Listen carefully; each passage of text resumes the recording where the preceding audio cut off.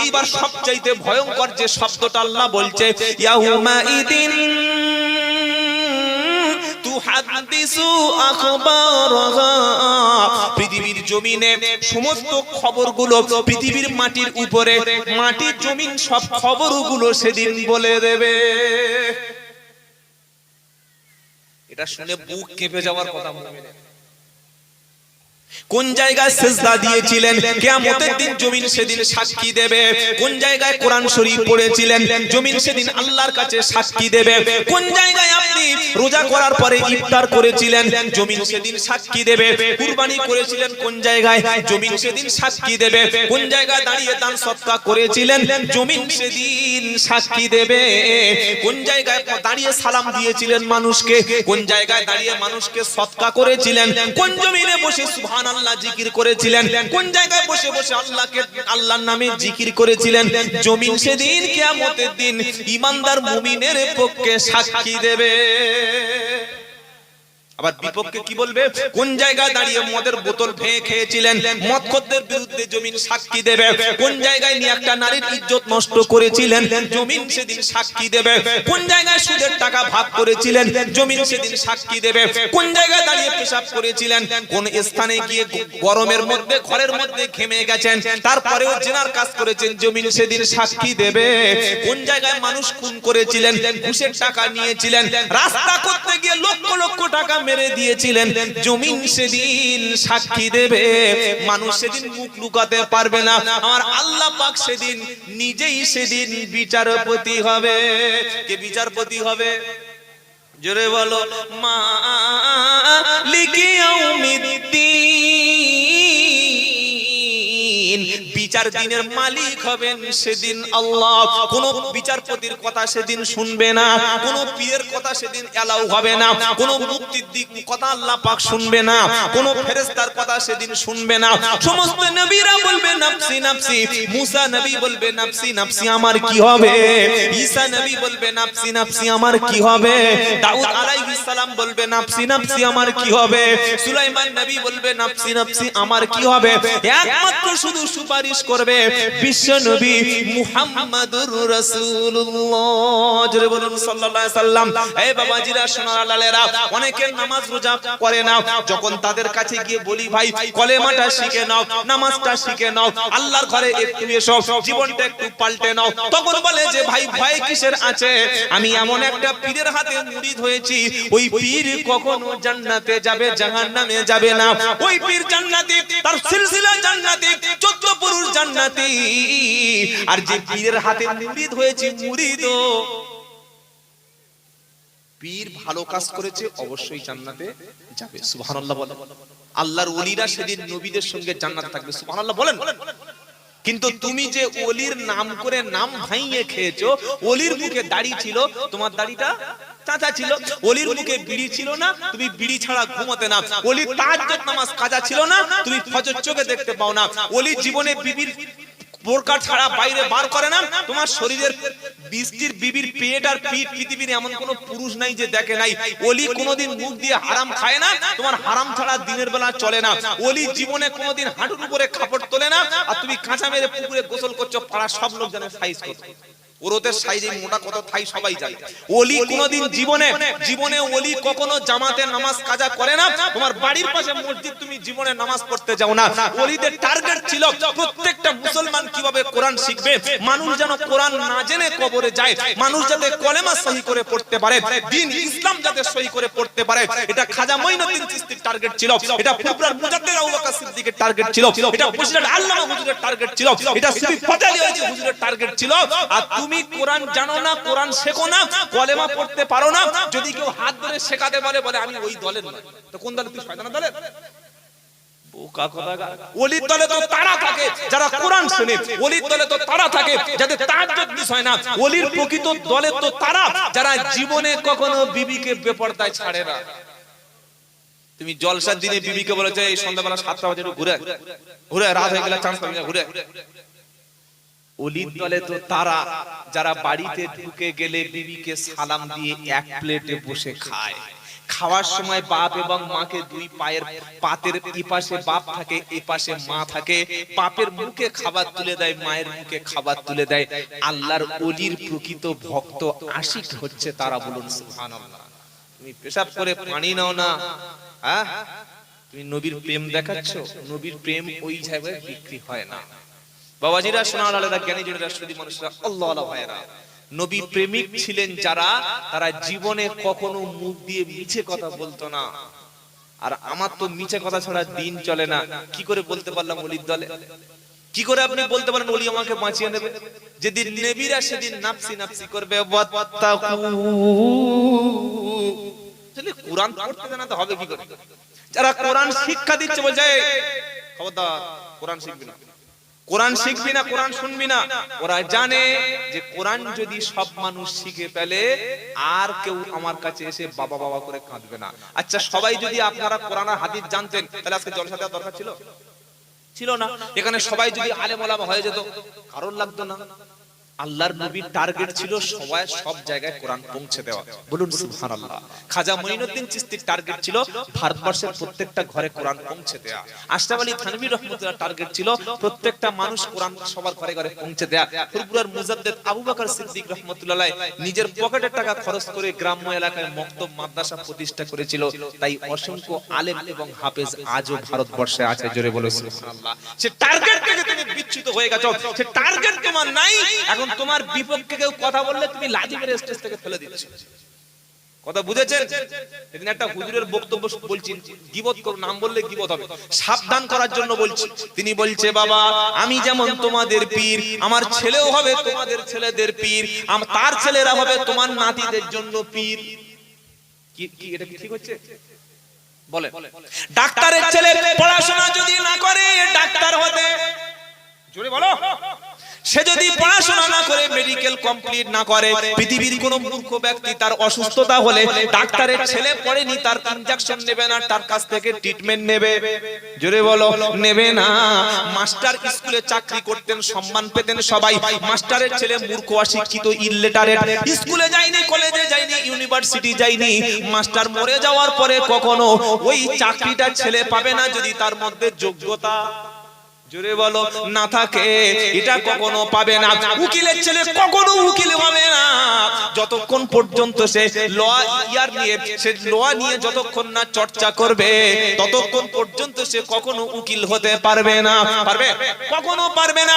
ইমাম সাহেব যত বড় ভালো ইমাম সাহেব হোক, তার ছেলে যতক্ষণ সহি করে কোরআন পড়বে না, পৃথিবীর কোনো মুক্তাদি ওই ইমামের পিছনে ইক্তেদা, জোরে বলো, কেউ কি বলবে না ইমাম সাহেবের ছেলে কিছু জানুক আর না জানুক, আমার বড় হুজুরের ছেলে, আমার ইমাম সাহেবের ছেলে, ওর পিছনে নামাজটা পড়ি, যতক্ষণ কোরআন জানবে না, ইসলামের আদব কায়দা দিন ইসলাম থাকবে না। ওই ইমাম সাহেব কেন, ইমাম সাহেবের বাপ বলেও তার পিছনে কোন গাইঘাটার মুসলমান নামাজ কখনো, জোরে বলো, পড়বে না। পীর হতে গেলে আলেম লাগে, পীর হতে গেলে তাকওয়া লাগে, পীর হতে গেলে হারাম পরেশ করতে হয়, পীর হতে গেলে জলসায় টাকা কম দিলে কিয়ামতে বুঝে নেবে, এটা কখনো পীর না। গ্রামে কোরআন শিক্ষা করতে এসেছে, মসজিদটা ধুইয়ে দিয়েছে, এটা কখনো পীর না। গ্রামে কেউ কলেমা শিক্ষা করতে এসেছে, মেরে পাশ দিয়ে তাড়িয়ে দিচ্ছে, এটা কখনো পীর না। খাজা মঈনুদ্দিন চিশতি রাহমাতুল্লাহ আলাইহি, আল্লাহ এমন ক্ষমতা দিয়েছিল, তাকে দিয়ে আল্লাহ দাওয়াতের কাজ করিয়ে নিয়েছে, লক্ষ লক্ষ মানুষ মুসলমান হয়ে গেছে, জোরে বলো সুবহানাল্লাহ।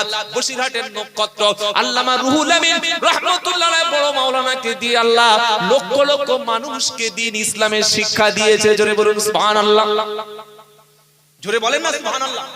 ইমামে আজম আবু হানিফা, আমরা যে ইমামের মাসলাক অনুযায়ী চলি, এই ইমামকে দিয়ে আল্লাহ লক্ষ লক্ষ মানুষকে হেদায়েত করিয়ে নিয়েছেন। ইমাম শাফিকে দিয়ে করিয়ে নিয়েছেন, ইমাম মালিককে দিয়ে করিয়ে নিয়েছেন, ইমাম শাফি ইমাম হাম্বলিকে দিয়ে করিয়ে নিয়েছে। এবার ভালো করে ভেবে বলুন, বাপ পীর ছিল, বাপের মধ্যে কোরআন ছিল, বাপের মধ্যে হাদিস ছিল, বাপের কোরআন সহি ছিল, বাপের গাঁটের নিচে, বাপের হাঁটুর নিচে পোশাক ছিল, পীরের মুখে দাড়ি ছিল, পীরের মাথায় পাগড়ি ছিল, পীর কোরআন বুঝতো, বুঝতো, হাদিস বুঝতো, মুরিদদেরকে আল্লাহ জান্নাতের দিকে ডেকে নিত। তাই বাংলার মানুষ তাকে পীর বলে মেনেছে। তার ছেলে পড়াশোনা জানে না, গলার সুর ভালো, বাপের পাঞ্জাবি পরে বাপের গদিতে বসে যদি বলে তোমরা আমার হাতে মুরিদ হও, ডাক্তারের ছেলে না পড়ে যেমন ডাক্তার হয় না, মাস্টারের ছেলে না পড়ে যেমন মাস্টার হয় না, ইমামের ছেলে না পড়ে যেমন ইমাম হতে পারে না, বাপের জামা গায়ে দিয়ে ওই জায়গায় বসলে বাংলার মানুষ কখনো তাদের মেনে নেবে না।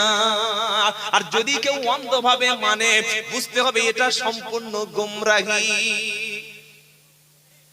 কথা বুঝেছেন বাবাজি? কিছু বুঝেছেন? এটা ধরতে গেলে ছেলেদের আলেম করে, সবচাইতে ভালো হবে নিজের ছেলেটাকে আলেম বানানো। আমার কথা শুনে অনেকের গার মধ্যে ফুসকুড়ি, কি বলছো আমার বিরুদ্ধে? আমি কারোর বিরুদ্ধে নেই, আমি হাক্কানি ওলিদের পীরদের পক্ষে। বলুন সুবহানাল্লাহ। যারা শুধু জামার পকেট করেনি হাদিয়া নেবে বলে, এখানে দুটো এখানে তিনটে, আল্লাহু আকবার, মুসাফা পকেটে ঢোকাচ্ছে, এটা পীর নয়। পীর তো তারা যারা পকেটে যা আছে দুই হাতে দান করে দিয়েছে। সুবহানাল্লাহ। মুরিদ এসছে, গরিব মানুষ ঘরে পানি পড়ছে, পীর গিয়ে মুরিদের ঘরে একটা এসবেস্টাস দিয়ে ছাউনি করে দিয়েছে। এই হচ্ছে খাঁটি পীর। বলুন না সুবহানাল্লাহ। পীরের বিবি অসুস্থ, মুরিদ তাকে চিকিৎসার জন্য টাকা দিয়েছে। এই হচ্ছে খাঁটি পীর। গ্রামে মক্তব নাই, পীর পকেট থেকে টাকা বার করে হাদিয়া মুসাফার টাকাটা দিয়ে মক্তব তৈরি করে দিয়েছে। এই হচ্ছে পীর ছিল। তাই বাংলার মানুষ তাদের মানে। কথা বুঝেছেন না বোঝেন নাই? জলসায় বসে বলে দিল আমি তোমাদের পীর, আমার ছেলেরা তোমার ছেলেদের পীর হবে, আর আমার নাতিরা হবে তোমার নাতিদের পীর। কি একটা দারুণ বিজনেস চলছে না, কমার্শিয়াল বিজনেস। আল্লাহ মাফ করে দিক, বলুন আমিন। ইসলাম কোনো ব্যবসার নাম না। ইসলাম হচ্ছে একটা code of complete of life. যার যোগ্যতা আছে মানুষ তার কথা শুনবে, যার যোগ্যতা আছে মানুষ তার কাছে বসবে, মানুষ তাকে গ্রহণ করবে। যোগ্যতা নাই সে ব্যক্তি সমাজের নেতৃত্ব দিতে পারবে না। সাফ কথা। নবীর ছেলেকে পর্যন্ত আল্লাহ চান্স দেয় না ইসলামে। জানেন কোন নবী? নূহ আলাইহিস সালাম। নবীর ছেলে বড় না একজন ওলির ছেলে বড়? কে বড় তাড়াতাড়ি বলে? নবীর ছেলে। নবীরা আল্লাহর পক্ষ থেকে সিলেক্টেড। ইচ্ছা করলে পৃথিবীতে আপনি যদি মনে করেন যে আমি খাজা মঈনুদ্দিন চিশতির মতো ওলি হব, হ্যাঁ হতে পারে। চেষ্টা করলে আল্লাহ করলে হতে পারে। পারে না? পারে না? সম্ভব। কেউ যদি মনে করে যে আমি বড় পীর আব্দুল কাদের জিলানীর মতো বড় একজন জাকিরিন বান্দা হব, ওলি হব, চেষ্টা করলে আল্লাহ ইচ্ছা করলে করতে পারে। কেউ যদি বলে আমি ফুরফুরা মুজাদ্দিদ জামানের মতো একজন আল্লাহওয়ালা হওয়ার চেষ্টা করব, করতেই পারে। আল্লাহ ইচ্ছা করলে করতে পারে না? পারে না? পারে। কেউ যদি মনে করে বসিরহাট আল্লাহ মাওদুদুল্লাহ মিন রহমাতুল্লাহর মতো একজন বড় যোগ্য মাপের বাংলা বিখ্যাত আলেম হব, চেষ্টা করলে আল্লাহ ইচ্ছা করলে করতে পারে। কিন্তু কেউ যদি বলে আমি নূহ নবীর মতো নবী হব, পারবে? সম্ভব? এই কথাটা বলাই হারাম। কেউ যদি বলে দাউদ নবীর মতো আমি নবী হব, নবী সুলাইমানের মতো পাখির ভাষা, মৌমাছির ভাষা, পিপিলিকার ভাষা, সমস্ত প্রাণীর ভাষা বুঝবো, এটা হবে ঈমান নষ্ট, গোমরাহি, পথভ্রষ্টতা। কেউ যদি বলে মুসা নবীর মতো হাতে লাঠি নিয়ে ফেলবো, সাপ হবে, ভেলকি দেখাবো, এটা হচ্ছে ভণ্ডামি। নবী হওয়ার রাস্তা চিরতরে বন্ধ। তো সেই নবীর ছেলে নাম হচ্ছে হযরত নূহ আলাইহিস সালাম।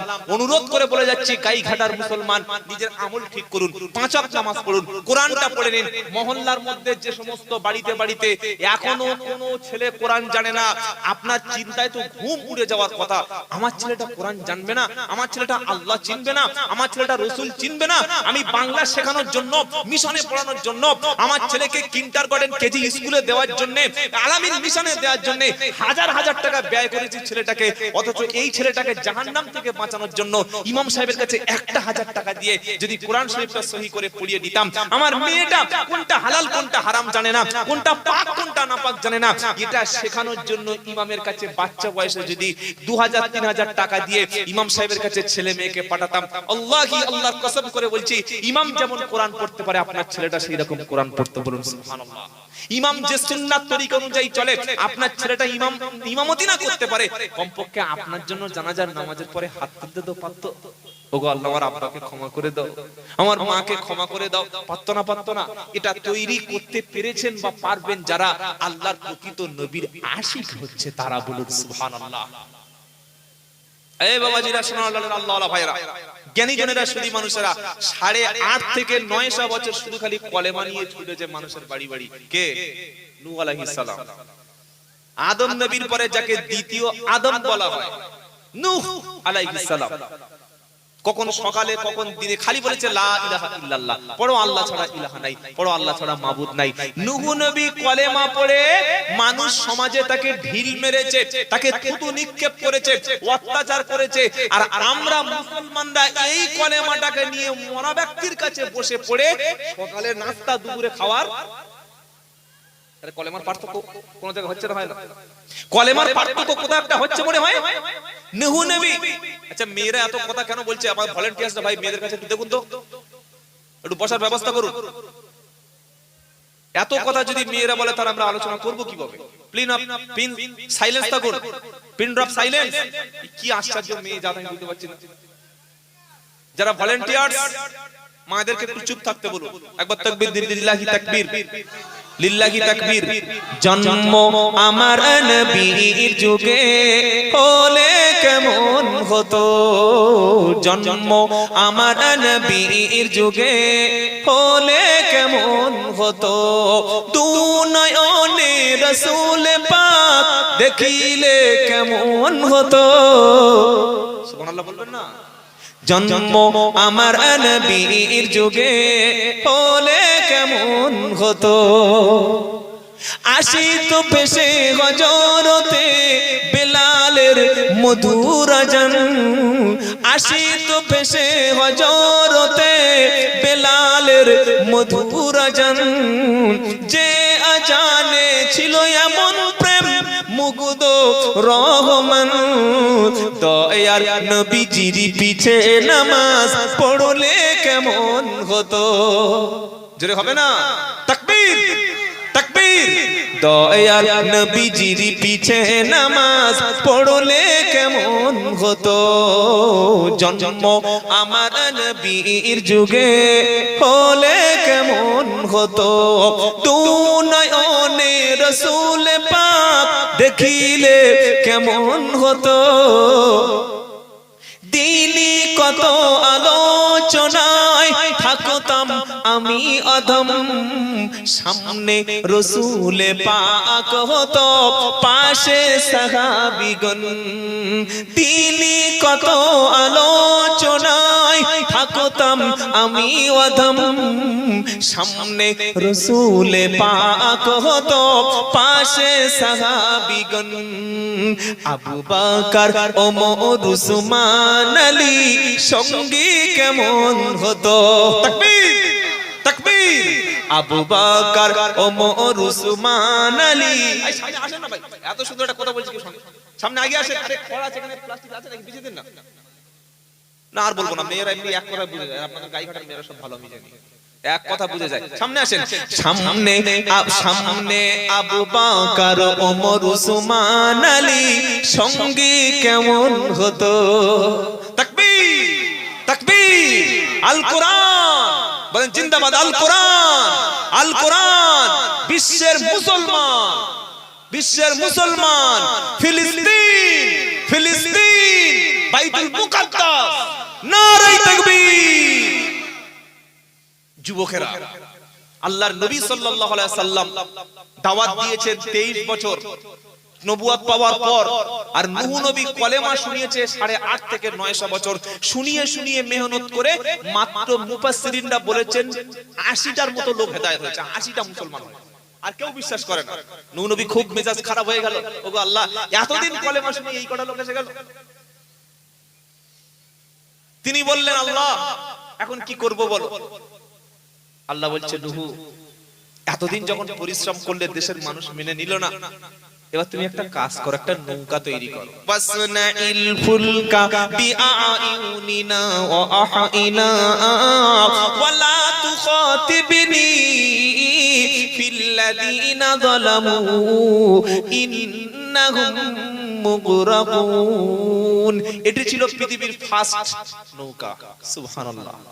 12 নম্বর পারা 4 নম্বর পৃষ্ঠা 14 নম্বর লাইনের 38 নম্বর আয়াত। সূরার নাম সূরা হুদ। সূরা হুদ এমন একটা সূরা যে সূরার মধ্যে নবীদের উপরে যত আযাব এসেছিল, গজব এসেছিল, এই সূরার মধ্যে আল্লাহ সব ঘটনাগুলো বলে দিয়েছে।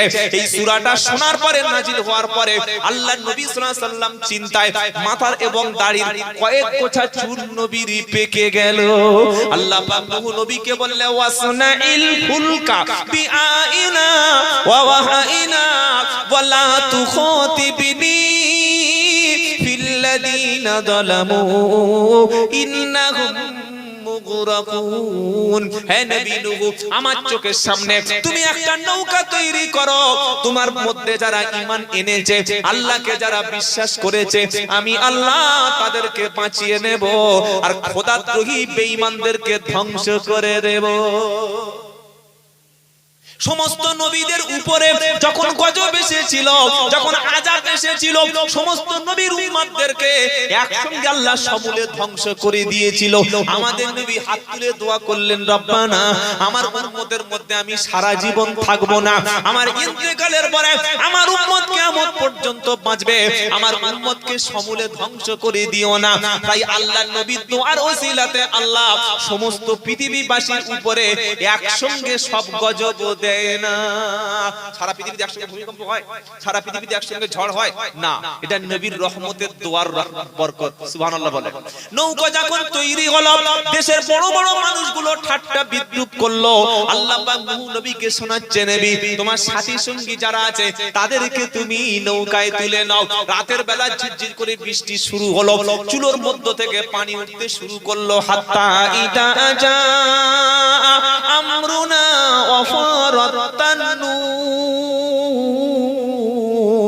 উনুনের মধ্য থেকে পানি উঠতে শুরু করলো, ঝিরঝির ঝিরঝির করে বৃষ্টি হতে শুরু করলো। আল্লাহ পাক শোনাচ্ছে, নূহ রে তোমার সাথী সঙ্গী যারা আছে সবাইকে তুমি জোড়ায় জোড়ায় তুলে নাও, যত প্রাণী আছে সবাইকে তুমি জোড়ায় জোড়ায় তুলে নাও। তবে নূহ তোমার পরিবার, তোমার আহাল যারা হবে আমি আল্লাহ তাদের বাঁচিয়ে নেব। জোরে বলো সুবহানাল্লাহ। এই নুকতাটা খুব ভালো করে মনে রাখবেন, এই পয়েন্টটা মনে রাখবেন। আল্লাহ নূহ নবীকে বললেন, নূহ দেশবাসী যারা ঈমান আনেনি সবাইকে ধ্বংস করব, গরক করে দেব, কিন্তু তোমার পরিবারকে আমি আল্লাহ অবশ্যই বাঁচিয়ে নেব। নৌকার উপরে উঠে গেল, গোটা পর্বত পর্যন্ত পানি পৌঁছে গেল। নূহ নবী বলে, ছেলে কোথায় গেল? আমার ছেলে কাছে নেই, কোথায় গেল? যারা বলছে আমরা পীরজাদা, বলছে না ভাই, আমি বুঝতে পারি না যে পীরের বেটা হলে সে পড়াশোনা না করলে পীরজাদা। হ্যাঁ, তাহলে নবীর ছেলে নবীজাদা হওয়ার কথা ছিল। যোগ্যতা নাই সে পীরজাদা, লোক তাদের পিছনে তাকবীর দিচ্ছে। আমরা আলেমদের পিছনে থাকবো, বলুন ইনশাআল্লাহ। ইনশাআল্লাহ বলেন। যোগ্য আলেম পেয়ে গেলে খেদমত করবেন, যোগ্য আলেমের কথা শুনবেন, যোগ্য আলেমের কাছে বসে দ্বীন শিখবেন, যোগ্য আলেমের মহব্বত অন্তরে রাখবেন, আল্লাহ আপনাকে মুক্তির ব্যবস্থা করে দেবে। সুবহানাল্লাহ জোরে বলেন। কোথায় লেখা আছে? নবী বলেছে, কুন আলিমা আও মুতাআল্লিমা আও মুস্তামিয়া আও মুহিব্বান ওয়ালা তাকুনিল খামিসা। নবী বললেন, হও আলেম হও, আলেম না হতে পারলে আলেমের ছাত্র হও, আলেমের ছাত্র না হতে পারলে আলেমের কথা শোনো। আলেমের কথা শোনার মতো যদি তোমার অবস্থা তৈরি না হয়, কমপক্ষে আলেমের ভালোবাসা অন্তরে রেখে দাও। বাপের ছেলে পীর, বুঝে পীরজাদা, আশ্চর্য কথা। তাহলে নবীর ছেলে তো নবীজাদা, নূহ নবীর ছেলে। নূহ নবী যখন দেখলো ডান দিকে ছেলে নাই, বাম দিকে ছেলে নাই, সমুদ্র একদম পৃথিবী পরিমাণ পানি হয়ে গেছে, আর কয়েকটা মাত্র তরঙ্গ, পাহাড়ের উপর সীমায় পানি পৌঁছে গেছে, পাহাড় ডুববো ডুববো অবস্থা হয়ে গেছে। নূহ নবী যখন ছেলেকে দেখলো, পাহাড়ের উপরে ছেলে দাঁড়িয়ে আছে, নূহ আলাইহিস সালাম বললেন, ওয়ানাদা নূহু ইবনাহু ওয়া কানা ফি মাআজিলি ইয়া বুনাই আরকাম মা'না ওয়ালা তাকুম মা'আল কাফিরিন। পাহাড়ে উঠেছে ছেলে, নূহ নবী উঠেছে নৌকায়। হে মুসলমানেরা, নূহ নবী সেদিন বলল, ছেলে চলে আয় বাবা, ঈমান আন, কলেমা পড়ে আমার নৌকার উপরে চলে আয়, কাফেরদের সঙ্গে থাকিস না। সেদিন ছেলের বিবৃতি স্টেটমেন্ট ছিল আলাদা। নূহ নবী ছেলে বললে, আব্বা সত্যি মানুষ বৃদ্ধ হয়ে গেলে মাথাটা খারাপ হয়ে যায়, মাথার স্ক্রুগুলো মনে হচ্ছে তোমার ঢিলা আছে। ঝড়ের সময় বিশাল সুনামি শুরু হলো, আমপানের সময় কেউ কোনোদিন নৌকা নিয়ে নদীতে নামে, গোটা পৃথিবী সব প্লাবন হয়ে যাবে, তোমার নৌকা এক্ষুনি ডুবে যাবে, কিন্তু পাহাড় কখনো ডুববে না। আর আল্লাহ পাক শুনিয়ে দিল, নূহ তুমি তোমার ছেলেকে ডেকেছো, তার কাছে কলেমার দাওয়াতটা পৌঁছে দিয়েছো, তুমি তোমার কাজটা শেষ করেছো। তোমার বিশ্বাস ছিল আল্লাহর উপরে, আমার উপরে, আর তোমার ছেলের বিশ্বাস সম্পূর্ণ পাহাড়ের উপরে। আমাদের বিশ্বাস তাবিজের উপরে। তাবিজ আছে বলে আমার অ্যাক্সিডেন্ট হয় না, তাবিজ আছে বলে আমার ঘরে ভূত ঢোকে না, তাবিজ আছে বলে আমার বউ আছে, তাবিজ আছে বলে আমার দোকানে ব্যবসা চলে, তাবিজ আছে বলে আমার কোনোদিন কোনো বিপদ হয় না। তাবিজের উপরে বিশ্বাস করেছে যারা, আল্লাহর বিশ্বাস থেকে আলাদা হয়ে গেছে তারা। দোকান আছে বলে আমি খাই, চাকরি আছে বলে বেঁচে আছি, আমার ছেলে আছে বলে আমাকে দেখে, ডাক্তার ছিল বলে আমি বেঁচে আছি, বাড়ির পাশে বড় ধনী ব্যক্তি ছিল বলে তার সাহায্যে বেঁচে আছি। আল্লাহ ছাড়া গায়রুল্লাহ সাহায্য করা, এটা ঈমান ধ্বংসের নমুনা, এটা শিরক। আজ থেকে সমস্ত ভরসা আল্লাহর উপরে করব। আল্লাহ পাক শোনাচ্ছে, বান্দা তুমি আল্লাহর উপরে ভরসা করো, যে ব্যক্তি আল্লাহর উপরে ভরসা করবে আল্লাহ তাহার জন্য যথেষ্ট। আল্লাহ আমাদের জন্য যথেষ্ট নই। আলাইসাল্লাহু বিকাফিন আবদা, আল্লাহ বলছে আমি তোমার জন্য যথেষ্ট। তোমাকে মায়ের পেটে খাইয়েছি, 2.5 বছর আমি বুকের দুধ খাইয়েছি, সারা জীবন আমি আল্লাহ তোমাকে খাওয়াবো। পৃথিবীর মধ্যে দুটো প্রাণী আছে, একটা হচ্ছে ওই পোকা, এর চোখ নাই, তারপরে আমি আল্লাহ তাকে খেতে দিই। আরেকটা হচ্ছে কেঁচো, ওর চোখ নাই, তারপরে কখনো ক্ষুধার্ত থাকে না, ব্যয়ের জন্য ফড়িং কোনোদিন ব্যাংকে জমা থাকে না, আমি আল্লাহ খেতে দিই। সাপের জন্য কোনোদিন ব্যাংক কোনো জায়গায় 100 ব্যাংক বেঁধে রাখা হয় না, আমি আল্লাহ তার খাবারটা পৌঁছে দিই। বাঘকে খাইয়ে থাকি, ছাগলকে খাইয়ে থাকি, শূকরকে খাইয়ে থাকি। তুমি আল্লাহর উপরে ভরসা করবে, আমি আল্লাহ তোমার জন্য যথেষ্ট। আল্লাহর উপরে ভরসা করে বাড়িতে বসে থাকলে আল্লাহ আসমান থেকে ওই পার্সেল করে বিরিয়ানি প্রতিদিন সকালে পাঠাবে, তাই তো নাকি? কি মনে হচ্ছে না? আল্লাহর উপরে ভরসার মানে হচ্ছে এই চেষ্টাটা করব আমি, বাকিটা কার ভরসা? আল্লাহ। বিয়ে করতে হবে, বিবির সঙ্গে মেলামেশা করতে হবে, তবে ছেলে হবে। বিয়ে করে বিবির কাছে থাকেনি, বউ নিয়ে মজা রেখেছে, বলছে বাবা একটা ছেলে দাও, বাবা একটা ছেলে দাও, ছেলে পিঠ দেবে না, তুই বিবির কাছে থাকলে তবে হবে। মাথা মোটা মূর্খ। এখনো কিছু মুসলমান বউ নিয়ে আজমিরে যায়, দেখে বড় লজ্জা হয়। মসজিদে আল্লাহ মানে আল্লাহ সাহায্য করে না? কোনদিন দেখেছেন মসজিদের সাইনবোর্ড টাঙানো আছে যে এখানে কোন মানুষ এসে সন্তান চাইলে আল্লাহ সন্তান দেবে না? আল্লাহর ভান্ডারে আর ছেলে মেয়ে নাই, এবার ছেলে মেয়ের জন্য খাজা বাবার কাছে গেলে 2 লাখ সন্তান খাজা বাবা রিজার্ভেশন করে রেখেছে, ওনার ব্যাংকে মজুদ আছে। আরে মসজিদে চাইলে পাওয়া যায়, নামাজের মাধ্যমে চাইলে পাওয়া যায়, তাহাজ্জুদের নামাজে কাঁদলে পাওয়া যায়। এটা মুমিন বিশ্বাস করে মসজিদে যাবে। আর যার আল্লাহর উপরে বিশ্বাস নেই, যে ভেবেছে যে আল্লাহ ছেলে দিতে অক্ষম, আমি বিয়ে করেছি আল্লাহর পক্ষে সম্ভব নয়, এইবার খাজার কাছে যেতে হবে, এর ঈমান নাই, এ মুশরিক, এ বেঈমান। কথা মনে থাকবে ইনশাআল্লাহ। নতুন ব্যবসা করে নতুন গাড়ি কিনে ছুটেছে পীর সাহেবের বাড়িতে, হুজুর তাবিজ দাও। আরে পীর সাহেবের তাবিজ দিলে তোর গাড়ি অ্যাক্সিডেন্ট হবে না, এটা কে বলেছে? পীর সাহেব তো গাড়ি অ্যাক্সিডেন্ট করে মাঝে মাঝে দুর্ঘটনায় ঠ্যাং খোঁড়া হয়ে যায়, যায় না? বক্তা ফু দিলে তোর মাথায় যন্ত্রণা হবে না, কে বলেছে? বক্তা তো মাথার যন্ত্রণায়, কত বক্তা মরে গেছে, কত বক্তা মাথার যন্ত্রণায় বক্তব্যই করতে পারে। সুতরাং আমাদের ভরসা কার উপরে হবে? জোরে বলেন, আল্লাহর উপরে। কারোর উপরে ভরসা করবেন না। এই পৃথিবীতে সবাই স্বার্থপর, সবাই ঠকায়, কিন্তু আল্লাহ আপনাকে ঠকাবে না। তিনি আল্লাহ। সুবহানাল্লাহ বলে। তিনি কি? আল্লাহ। আপনি হাত তুলবেন আর দেবেন না, এটা কোনোদিন হয় নাকি? হাত তুলতে দেরি আছে, সাহায্য আসতে দেরি নাই। তিনি কে? আল্লাহ। দুটো হাত আল্লাহর কাছে তুলুন। ওগো আল্লাহ, তুমি কি ছেলে দেবে না? আল্লাহ, আল্লাহ সবার ছেলে হচ্ছে, আমার হবে না। আল্লাহ, আমার ছেলেটা অনেক শিক্ষিত, এডুকেটেড, বিএড করেছে, ডিএলএড করেছে, চাকরি দেবে না? আল্লাহ দিয়ে দেবে। আল্লাহ, আমার মেয়েটা বিয়ে হয়েছে, কি অবস্থা দেখুন আল্লাহ, তাকে আপনি সুস্থ করে দিন, বিছানায় পড়ে আছে, এটা বলুন। বললে আল্লাহ দেবে। আল্লাহ ছাড়া পৃথিবীতে কোন কবরে, কোন মাজারে, কোন দরবারে সেজদা, চাদর, আগরবাতি, মোমবাতি সেজদা দেওয়া, সেখানে সাহায্য চাওয়া, জীবনে কখনো যদি কেউ না না করে, কোনোদিন মাজারের সাহায্য যদি না চায়, মাজারে মান্নত যদি না করে, মাজারে ছাগল যদি না দেয়, মাজারের কাছেই যদি কেউ না যায়, আল্লাহর উপরে ভরসা করে মারা যায়, আল্লাহর নবী বলছেন যে ব্যক্তি শিরিক না করে মারা যাবে, মদ খেলেও, জিনা করলেও, চুরি করলেও আমি আল্লাহ জান্নাত দিয়ে দেব।